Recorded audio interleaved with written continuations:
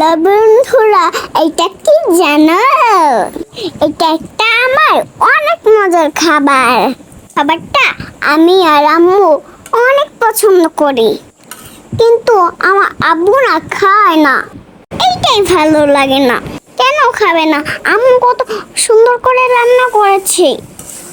যাক, আব্বু আব্বু না খালে আমরা মনে করে মজা করে খাই আম্মু আর আমি।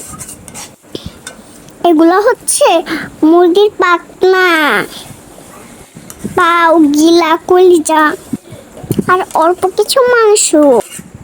আলু আম্মুর আর আমার আমার অনেক পছন্দ, তাই তো আম্মু মাংস যাতে আলু দেয়।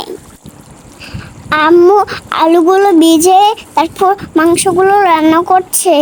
তো সুন্দর ঘ্রাণ আসে বন্ধুরা।